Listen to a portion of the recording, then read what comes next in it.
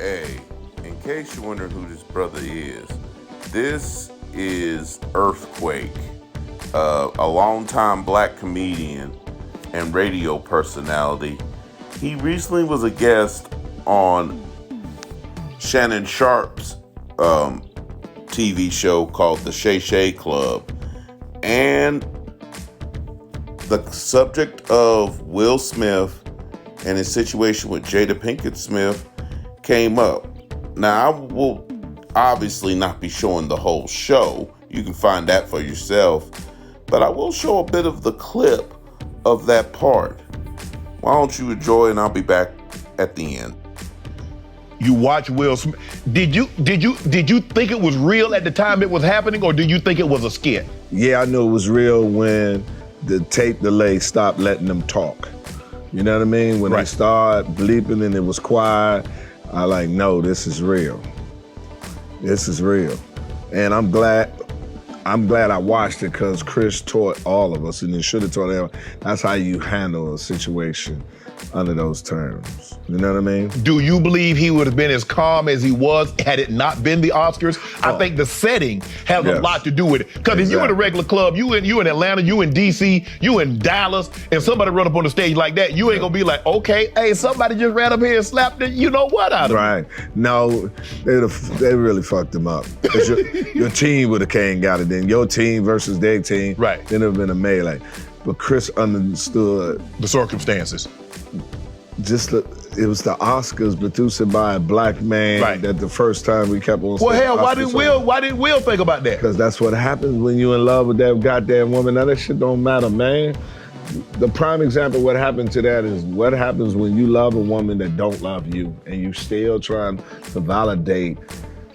You don't think she love him? Fuck no. You think Will would be happier divorced? I think Will would be happy once he comes to the realization, like most men, that you in love with a woman that don't love you, and no matter what you do or what you give or what you have achieved, it's not gonna be sufficient. Why don't you think she loves him? They've been married for 20 plus years, Quake. Hey man, a lot of women settle. My aunt settled. My aunt settled because she wanted to get out of my grandmama's house. He had a house somewhere to stay. Go ahead. It's been for. Well, that used to be a long time ago. I don't think still here. It's just a higher level. It's still a higher level. It's settled. He is not the man of her dreams, and she constantly throw it in his face. That's why you bring up Tupac. Got his daughter sitting there. Please come back, Tupac. I know you're alive, so me and mommy could be happy. That's his child right now, and she wasn't even born. No. When Tupac was alive. So that comes from the mother.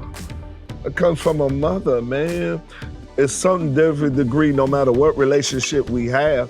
You don't supposed to have your son's friend in your house where you pay for and the rest of it. It's a degree of respect. When a woman loves you, there's certain lines they just won't cross regardless of your behavior. Right.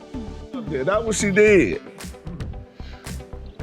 You speaking from firsthand knowledge because you went through a divorce. True. You filed for divorce, and it took you like 3 years for it to be finalized. Shit, it took 9 years. Hold on. I was only married 3 years. It took 9 years to get a divorce. I went to court one day and said, look here, Jan, I could have killed this motherfucker, been on parole by now. Now, this is ridiculous. I want my freedom. Now, goddamn it. So was she contesting it? Of course.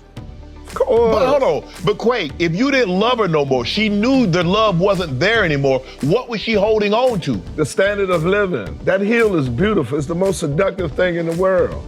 If you take a woman to a standard of living that she cannot maintain on her own, she's ruined in her life, because very few other men is going to show her that standard of living, which includes the love and look out at you. When you personally, financially commit to a woman, you raise her elevation where it is. You give her, like what they said, exhale. I have a man. I mean, I don't have to. Most women that's independent because not because they want to, they have no choice. The man of their life has not came in their life yet. They don't want to do. They want to give all that shit to you. It's a lot of responsibility having a woman. And if you take on that responsibility for her and you take her to a level that no other man is going to come take it unless he love her. I knew what I was doing for her, that it will never be another man to do for her unless he love her. So that's why, so you're saying a lot of the reason why we see situations like this where women fight to hold on or guys have baby mamas and they behave in a certain manner is because they don't want to let go because they know the standard of living in which they become accustomed to is potentially leaving. And not only the standard of living, the comfortability of things that you can't even equate until the man is gone. You know what I mean? It's a comfort. It's a thing of it. Something wrong with my car, I can call Shannon. I got a man, baby, my car broke. Stay right here, I'm sending the Uber, the AAA coming to get it. You independent, you ain't got no AAA, you out there changing that damn tire your damn self. You understand? Side dude. I'm liking this because quite honestly, Earthquake is not only laying out what he thought of the Will, Jada, Chris Rock situation, he laid out some life lessons right there, man. He really did. I'll put a link in the description box so you can view the whole clip. The whole clip is like 10 minutes long.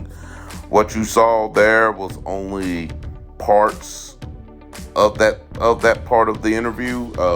If I run across where you could get the whole interview with Shannon, Sharpe, and Earthquake, I'll put that up somewhere too, or I'll put it in the community tab where you can go right to it. But man, he laid out some truths there. Anyway, that's all I got to say on this. I'm out.